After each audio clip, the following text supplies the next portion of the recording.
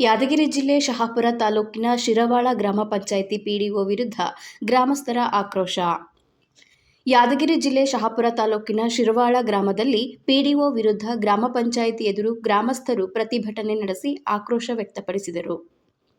ಗ್ರಾಮದಲ್ಲಿ ಸುಮಾರು 1 ವಾರದಿಂದ ಕುಡಿಯಲು ನೀರಿಲ್ಲದೆ ಜನರು ಪರದಾಡುವಂತಾಗಿದೆ.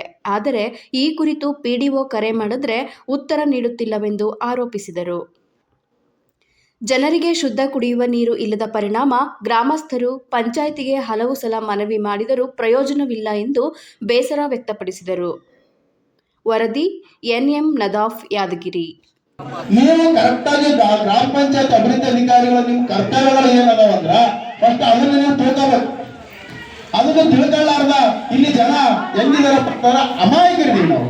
ಶಿರವಾಳ ಗ್ರಾಮದಲ್ಲಿ ಎಲ್ಲಾ ಜನ ಅಮಾಯಕರು. ಯಾಕಂದ್ರೆ ನಾವು ಯಾವುದೇ ರೀತಿಯಿಂದ ಯಾವುದೇ ನಾವು ಧೋರಣೆ ಇರ್ತಾರ ತಗೊಳಂಗಿಲ್ಲ.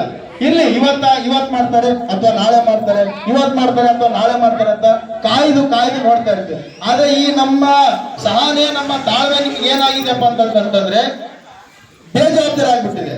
ನಾವು ಕೊಡ್ತಾ ಇರ್ತಕ್ಕಂಥ ಸಹನೆ ನಿಮ್ಗೆ ಟೈಮು ಇದು ಇವ್ರೇನ್ ಮಾಡ್ತಾರೆ ಬಿಡು ನೋಡ್ರಿ. ನಮ್ಮಲ್ಲಿ ಹರಿತಾ ಇರೋದು ಹೋರಾಟಗಳಂತ ಬಾಬಾ ಸಾಹೇಬರಂತ ನಾವು ಬಾಬಾ ಸಾಹೇಬರ ಅನುಯಾಯಿಗಳು. ಈ ಶಾಂತ ರೀತಿಯಿಂದ ಹೋರಾಟ ಮಾಡ್ತಕ್ಕಂಥ ಕಾರಣ ಬಹುಶಃ ಪೀಡ ಸಾಹೇಬ್ ಗೊತ್ತಿಲ್ಲ ಅನ್ಕೊಂತೀನಿ ನಾನು. ಈ ಹೋರಾಟ ಇವತ್ತು ಮಾತ್ರ ಸೀಮಿತ ಅಲ್ಲ, ಇದು ಜಸ್ಟ್ ಶಾಂಪಲ್ ಅಷ್ಟೇ ನಿಮಗೆ ಕೊಡ್ತಾ ಇರೋದು. ಮುಂದಿನ ದಿನಗಳಲ್ಲಿ ಸಮಸ್ಯೆ ಬಗೆಹರಿಸಲ್ಲ. ಇದು ಮುಂದೆ ಸಾಲ್ವ್ ಮಾಡ್ದ ಡಿಸಿ ಗಮನಕ್ಕೆ ಹೋಗ್ತದ. ಮುಂದೆ ಕೊಡ್ತೀನಿ ಪೀಡ ಸಾಹೇಬರಿಗೆ ಹೆಚ್ಚಿಗೆ ನಾವು ಬರ್ತಾರ ಮುಂದೆ ಕಾರ್ಯಕರ್ತ ಮಾತಾಡ್ತಾರ.